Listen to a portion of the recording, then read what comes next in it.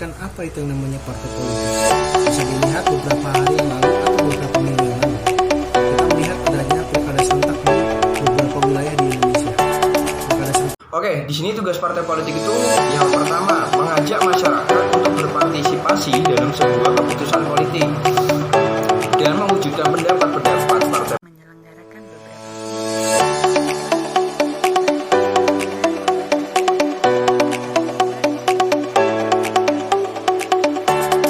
dilakukan oleh seseorang maupun lebih yang dilakukan dalam proses penyampaian budaya politik bangsa fungsi partai politik adalah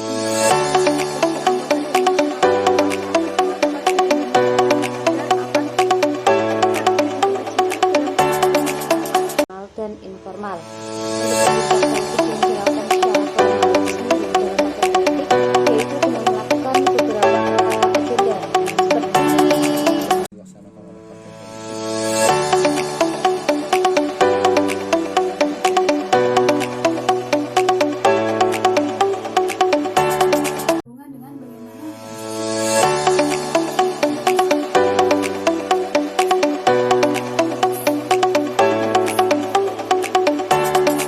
Assalamualaikum warahmatullahi wabarakatuh. Saya Muhammad Lukmanul Hakim dari kelompok 6 yang bermaterikan pendidikan partai politik, ingin menjelaskan apa itu yang namanya partai politik.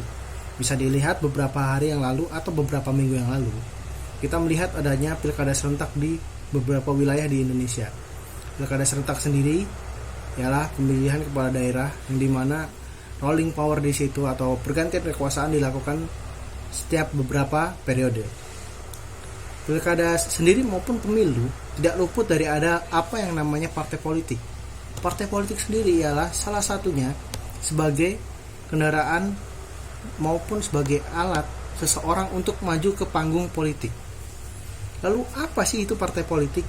Partai politik merupakan sekelompok organisasi atau sekelompok yang terdiri dari beberapa orang yang mempunyai sebuah ideologi tertentu dan mempunyai tujuan yang sama, yaitu tujuannya ialah merebut sebuah kekuasaan maupun menguasai sebuah kekuasaan di beberapa wilayah maupun di tingkat nasional. Seperti misalnya pilkada tadi, yaitu menguasai wilayah daerah maupun nasional seperti pemilu, pilpres. Disitulah letak kekuasaannya dari partai politik tersebut. Sekian dari saya, terima kasih. Oke, aku Niko dari kelompok 6. Aku akan mempresentasikan slide ketiga tentang tugas partai politik.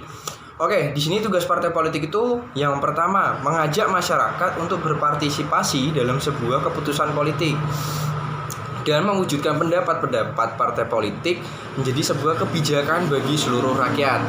Yang kedua, melakukan proses penyimbangan pendapat agar tidak terjadi suatu perpecahan, konflik, kesalahpahaman, untuk menjadi kebijakan bersama yang dapat diterima oleh seluruh masyarakat. Yang ketiga, melakukan proses penyampaian aspirasi rakyat kepada pemerintah demi mewujudkan pemerintahan dengan sistem yang lebih baik dan lebih kompatibel yang bisa diterima juga di masyarakat.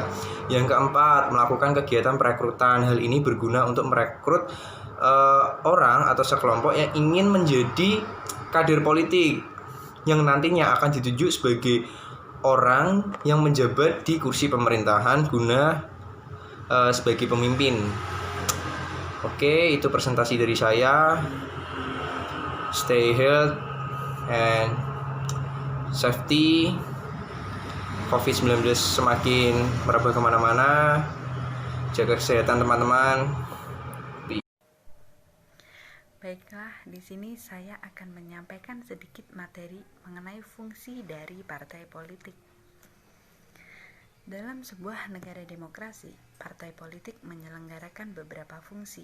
Yang pertama, sebagai sarana komunikasi politik. Yang kedua, sebagai sarana sosialisasi politik. Yang ketiga, sebagai sarana rekrutmen politik. Dan yang terakhir, sebagai sarana pengatur konflik. Partai politik sebagai sarana komunikasi politik. Dalam hal ini, partai politik berfungsi untuk menyatukan aspirasi masyarakat yang luas dan kompleks. Kemudian, partai politik mengagregasi dan mengartikulasi aspirasi tersebut agar tidak terjadi simpang siur. Setelah itu, partai politik merumuskan menjadi usul kebijakan. Usul kebijakan tersebut dimasukkan ke dalam program atau platform partai untuk diperjuangkan atau disampaikan melalui parlemen kepada pemerintah untuk dijadikan kebijakan umum. Yang kedua, sebagai sarana sosialisasi politik. Sosialisasi politik merupakan proses yang melalui masyarakat dalam menyampaikan norma-norma dan nilai-nilai dari satu generasi ke generasi berikutnya. Di sisi lain, fungsi sosialisasi partai adalah upaya untuk menciptakan citra atau image bahwa ia memperjuangkan kepentingan umum. Poin ketiga, sebagai sarana rekrutmen politik. Fungsi ini berkaitan erat dengan masalah seleksi kepemimpinan, baik kepemimpinan internal maupun kepemimpinan nasional yang luas.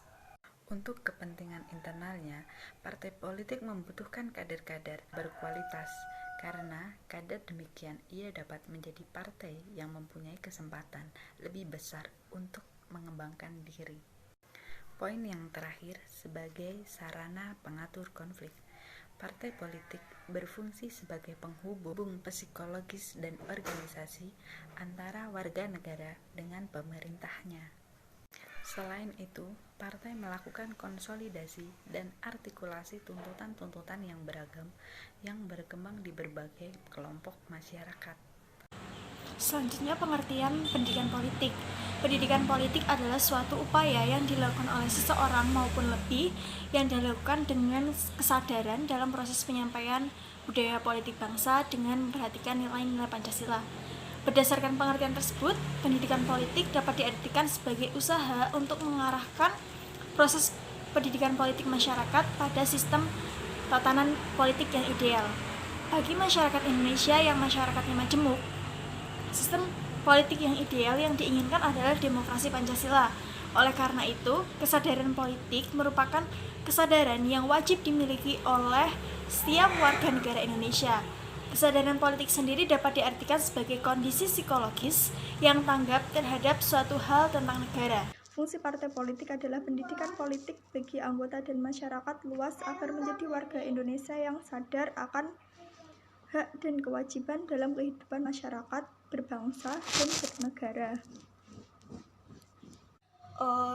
Selain itu, kewajiban partai politik juga disebutkan dalam pasal 13 huruf E Undang-Undang Nomor 2 Tahun 2008 tentang partai politik yang berbunyi, partai politik berkewajiban untuk melakukan pendidikan politik dan menyalurkan aspirasi politik anggotanya dalam pasal 31 Undang-Undang Ayat 1 Undang-Undang Nomor 2 Tahun 2008 tentang partai politik yang berbunyi,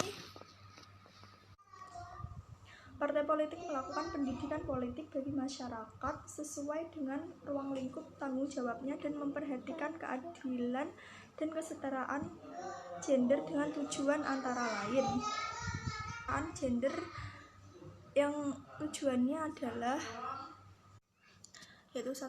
Meningkatkan kesadaran hak dan kewajiban masyarakat dalam kehidupan bermasyarakat, berbangsa, dan juga bernegara. Yang kedua adalah meningkatkan partisipasi politik dan inisiatif masyarakat dalam kehidupan bermasyarakat, berbangsa, dan juga bernegara. Yang ketiga adalah meningkatkan kemandirian, kedewasaan, dan membangun karakter bangsa dalam rangka memelihara persatuan dan juga kesatuan bangsa.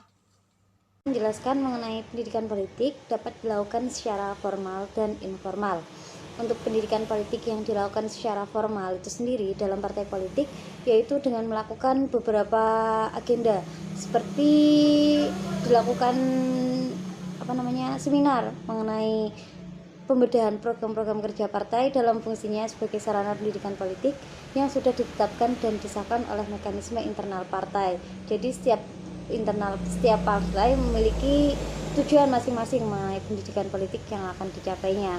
Kemudian untuk metode pendidikan politik yang selanjutnya yaitu secara informal, di mana secara informal itu dapat diartikan sebagai proses pendidikan politik yang dapat dilakukan secara konsep yang tidak formal, seperti dalam melakukan diskusi pada mimbar bebas, warung kopi, ataupun dalam kegiatan-kegiatan kumpul keluarga atau rekan kerja. Nah, gunanya di sini adalah untuk memberikan pemahaman bagaimana sih cara berpolitik yang baik, sehat, serta berkompetisi dengan baik dengan menghormati peraturan-peraturan yang disepakati. Hal ini merupakan salah satu bentuk contoh di mana model pendidikan partai politik yang dilakukan secara informal. Jadi bedanya informal dengan formal itu sendiri, yaitu ketika informal itu kita dapat melakukan pendidikan politik secara terbuka dengan rekan kerja ataupun dengan orang-orang yang ada di sekitar kita. Gitu. Baik, saya akan menjelaskan contoh pelaksanaan pendidikan politik dalam partai politik, yaitu kampanye. Bentuk pendidikan politik yang dilaksanakan oleh partai politik pada umumnya berupa kampanye dan kaderisasi. Dalam kegiatan ini, partai akan berusaha mengumpulkan massa sebanyak-banyaknya pada suatu tempat. Setelah massa berkumpul, maka orang-orang yang memang aktif dalam partai tersebut akan menjalankan misinya yang bertujuan untuk menarik simpati massa. Dalam kegiatan ini, biasanya orang-orang yang dianggap penting dalam partai tersebut akan memaparkan program-program yang akan dijalankan partai politik tersebut apabila menang dalam pemilihan umum. Dalam hal ini, partai politik berusaha semaksimal mungkin untuk mempengaruhi massa yang ada. Kampanye yang dilaksanakan oleh partai politik ini biasanya diselenggarakan pada saat-saat yang diselenggarakan pemilihan umum. Kampanye ini biasanya dilaksanakan oleh partai politik yang bersangkutan pada anggota masyarakat. Untuk selanjutnya akan dilanjutkan oleh teman saya. Terima kasih. Saya akan melanjutkan materi selanjutnya mengenai kaderisasi partai politik.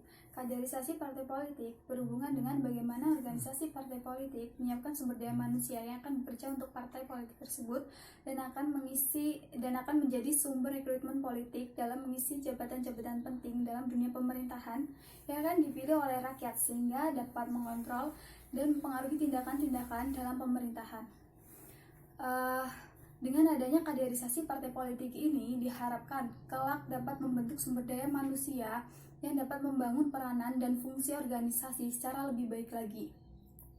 Karena kader-kader partai politik inilah yang nantinya akan menjalankan tugas-tugas badan negara.